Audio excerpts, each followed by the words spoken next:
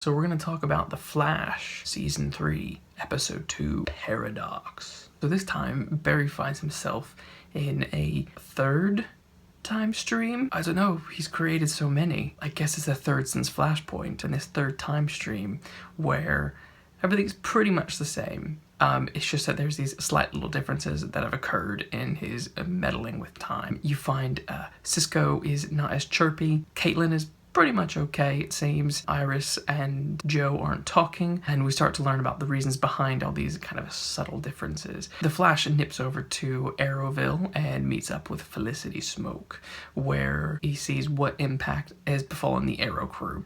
Doesn't really seem like there is an impact for them apart from Diggs, who has a son rather than a daughter. Whatever. He's trying to, come to terms with all the stuff that he keeps changing, and he's very tempted to do another round of altering history, thinking that because he knows what's changed, he can go back and change things again. As he's about to do that, he's running down the time stream and he suddenly gets pulled out, and he's pulled out by the Flash, Jay Garrick. And they had this little conversation in a diner in 1998, which is apparently the best time to live. Jay Garrick's like, look, you need to stop.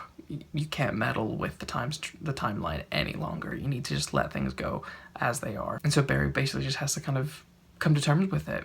He's messed things up for kind of selfish reasons. Although in his defense, I mean, come on, he's a pretty selfless dude. So, he had a moment of weakness. It's just that it's had a lot of bad consequences. So then he goes back to his normal time, and he's just kind of like, all right guys, I've got to be up front, and he tells them the truth. It kind of starts to bring everyone back together. Everyone starts to realize what Barry has done.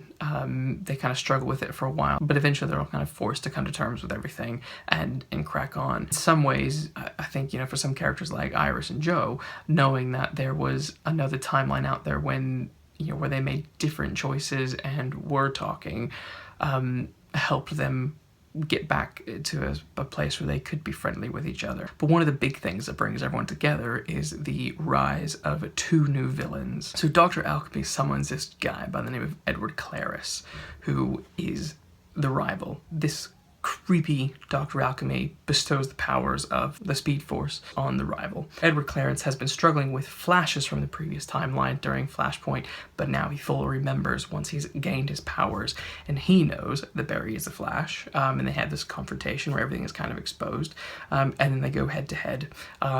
Barry is doing his best to defeat him, but he's also got Dr. Alchemy, who's throwing some shade Barry's way as well, and it's just this big kind of epic battle, and Barry's only saved by the fact that Cisco comes all out in his vibe hand gear and assists him. So episode 2 really sets up everything that's going to happen throughout the rest of the series. It feels like, Barry is going to have to live in this parallel, in this kind of new timeline, which means that him and Iris are now kind of a thing, and they're exploring that still, so that's not been totally eradicated, but this whole kind of like sweet play on the fact that no matter what timeline is happening, they're always friends and get together and stuff. Obviously unsure what Dr. Alchemy, his ultimate plan is.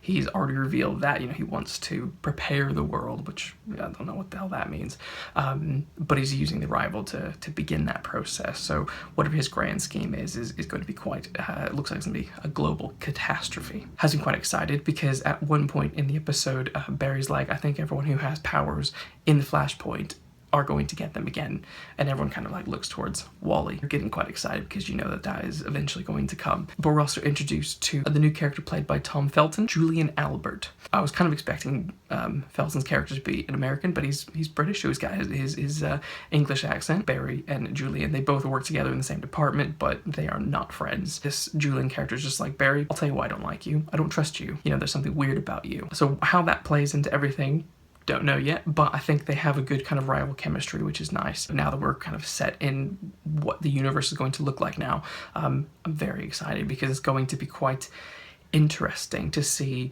how all these characters play out, where they all fit in. There's some hints of what's to come with Caitlin as well. She might not be as warm as what we thought. I think they've consistently done very well with the Flash. Each episode, each season seems to be getting better and better. I think, like I said in my last review, I think the way, because they can change the dynamics of the characters so often, it keeps it fresh and interesting, and seeing that dynamic change again is really fun. And I think as well they just do really good at telling emotional stories. From for this particular one, Barry's just completely devastated by the fact that he's trying to do good, did one selfish thing, and it just keeps having this negative domino effect.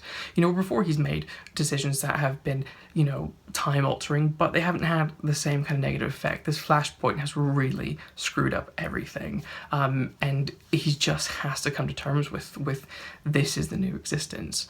And watching him deal with that, because it's not an easy thing for him to deal with, because people like Cisco are dealing with the death of his brother. Iris and Joe are dealing with the pain of her mom coming back into the picture and her dying, and Joe apparently didn't tell her that she was alive, and all that kind of stuff. So it's really a pretty messed up situation, and Barry just feels that immense pressure and guilt on himself.